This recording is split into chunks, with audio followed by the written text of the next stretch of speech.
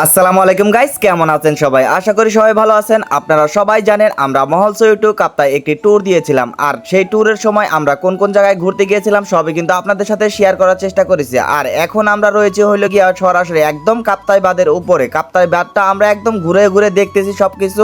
আমাদের কাছে খুবই ভালো লাগে। আপনাদের কাছে কেমন লাগলো অবশ্যই কমেন্ট করে জানাতে ভুলবেন না। আর আগের ভিডিওগুলো যারা দেখেন নাই অবশ্যই আমাদের ফেসবুক পেজ থেকে সেই ভিডিওগুলো দেখে আসতে পারেন। এটা হলো কর্ণফুলী নদী। এই পানি, নদীর পানি নাকি খুবই নোনতা, তাই আমি চাইছিলাম একটু গোসল করার জন্য, কিন্তু বড় ভাইরা বললো যে তোমার এখন গোসল করতে হবে না, তুমি পরে করিও। তখন আমি বললাম ভাই কাপ্তাই বেড়াইতে আসছি, গোসল করবো না সেটা কি আর হয় নাকি? তারা বলতেছে ভাই এখন তো পানি খুবই কম আর পানি খুবই ঘোলা, তুমি এখন গোসল করে কি করবা? আমার মন মানতেছিল না, সেই জন্য কিন্তু আমি বলেছি আমি যেইখানে কাছে পিছে পানি পাবো সেইখানে কিন্তু পানিতে নাইমা যাবো সরাসরি।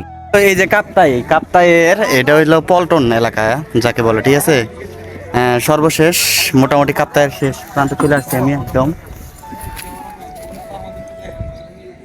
এই আমার আমার মূল উদ্দেশ্য ছিল আসলে ওই লিগিয়া যে কাপ্তাই আইসা কাপ্তায় ভরপুর পানি থাকবে। আমি যেরকম মানে মনে মনে সবসময় চিন্তা করতাম আসার আগে যে একদম ভরপুর পানি থাকবো, কিন্তু আমার চিন্তা ভাবনার সাথে কোনো মিল নাই, ঠিক আছে। আসলেও আমার চিন্তা ভাবনার সাথে কোনো কিছু মিলে না। এই হলো পানি, যেটা মানে এই এই এই এই পানি ধরলাম শেষ, ঠিক আছে না, ঠিক আছে। এই হলো কাপ্তাইয়ের অবস্থা বর্তমান পানি। ওই যে ওই যে আমার ইয়াগুলা খাড়ায় রয়েছে কই।